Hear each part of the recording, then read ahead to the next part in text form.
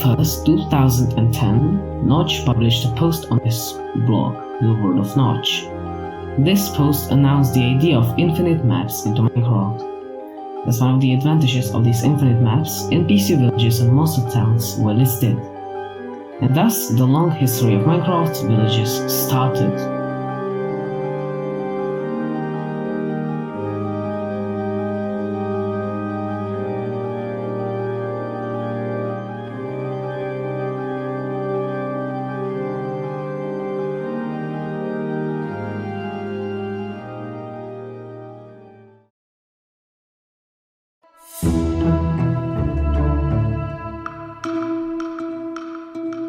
About 1.5 years after the original post, on July 1st, 2011, Notch published a Google Plus post in which he shared an imagery link of a work-in-progress village.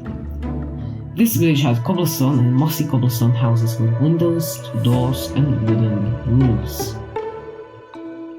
Notch was highly secretive about the villages throughout their development, since when I asked, "Can you provide more detail on the NPC villages?" Notch simply answered, "I'd rather keep this secret for now, but I will say that you can choose to either help the villages or to destroy them if you wish." On August 10, 2011, Notch announced that he would hand over the development of villages to Jeb and work on biomes and combat himself. The villages were finally fully shown to the public on the PAX 2011 event. These villages looked the same as they would for another 7 years, featuring the same houses, fields, and blocks.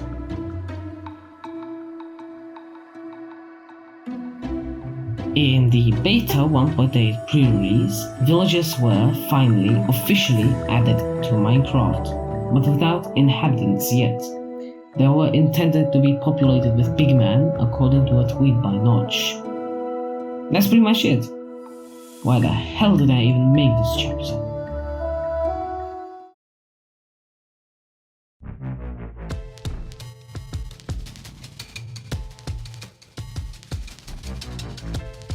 In 1.0, villagers were added to villages. But these ones were very different. First of all, they had a huge ass certificate sign above their heads, and had the AI of bloody pigs. I couldn't find any information about when this was changed, so if anyone knows more about that, please let me know. In 1.1, the Super Flat World mode was added, allowing the villages to be much bigger. In this update, one of the most important parts of villages for many players, blacksmith chests, were added, providing more motivation to find these uncommon structures. 2 months later, with the 1.2.1 update, some moderate changes were made to the population system of the villages. Villagers now populated villages based on the amount of houses, and you could spawn more villages and expand the villages by adding houses with roofs and doors.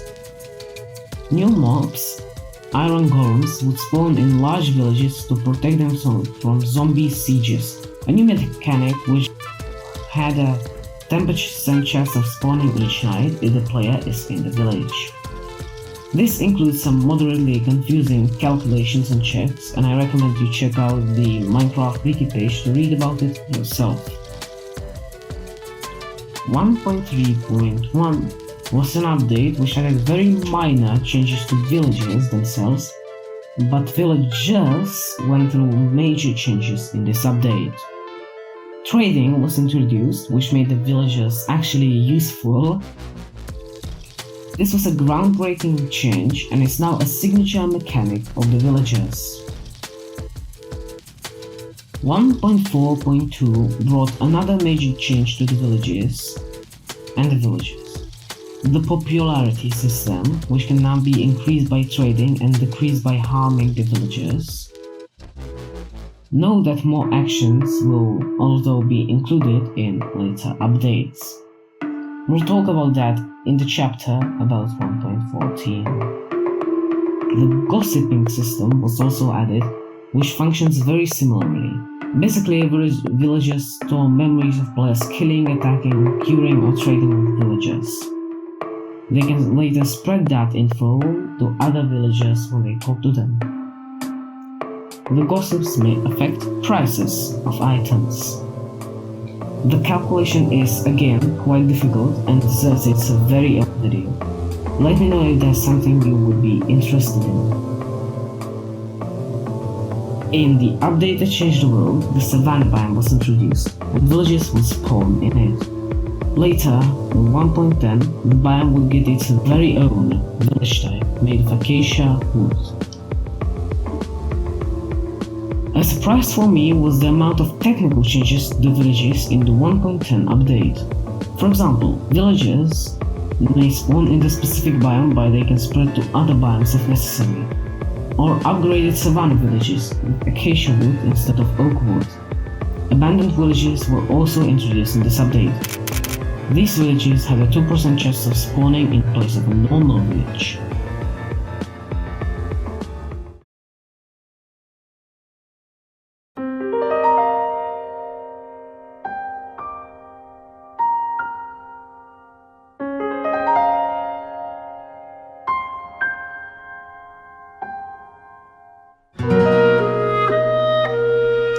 On April 23rd, 2019, one of the biggest Minecraft updates yet, the Village and Pillage update, was released.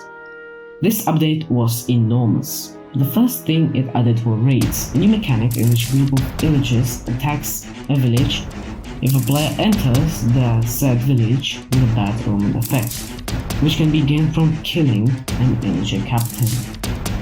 You can defend the village from the raid, and if you do, you will get the hero of the village effect, and villagers will offer greatly discounted traits and gifts.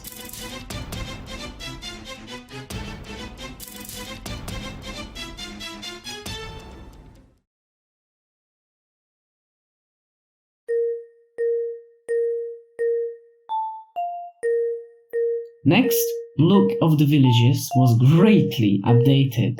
New structures were added, and existing structures received a great visual upgrade. More blocks, decorations, etc. were added to the structures. The system of village detection was also changed, and is now based on beds, job sites, and meeting points. A new type of villages was added, the Snowy Tundra village, which includes igloos, winter houses, and a more winter-themed aesthetic. A lot of changes were made to the villages. More professions were added, along with skins for every biome and every profession. Tiers for every profession, which affect trades, were added and could be leveled up by trading. A lot of new traits were added, and some traits were removed. The popularity of the player also got a whole new meaning since it now affected the price of villager traits. The villagers' daily schedules were added on the ability for them to sleep in beds and to go inside if a bell is rung. A lot of technical changes were made in 1.14, such as improving the pathfinding algorithm and some changes to gossip.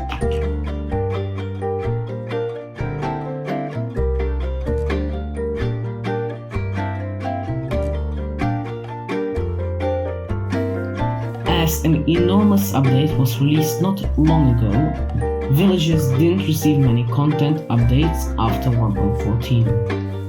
1.16 did bring some minor changes to the villagers, but they were mainly cosmetic and quality of life changes. The next major update will be in 1.18 because Plains villages will be able to generate in the new level biome.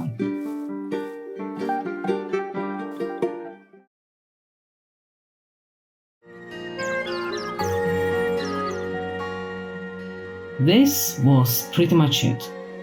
I had to cut out a lot of info towards the latter section of the video, because that would make it a much beefier video. I also want to thank the Minecraft wiki for the absolutely astounding documentation of the history of these structures. Next, I would like to recommend you read the Minecraft wiki page for both the villages and the villagers to get more information.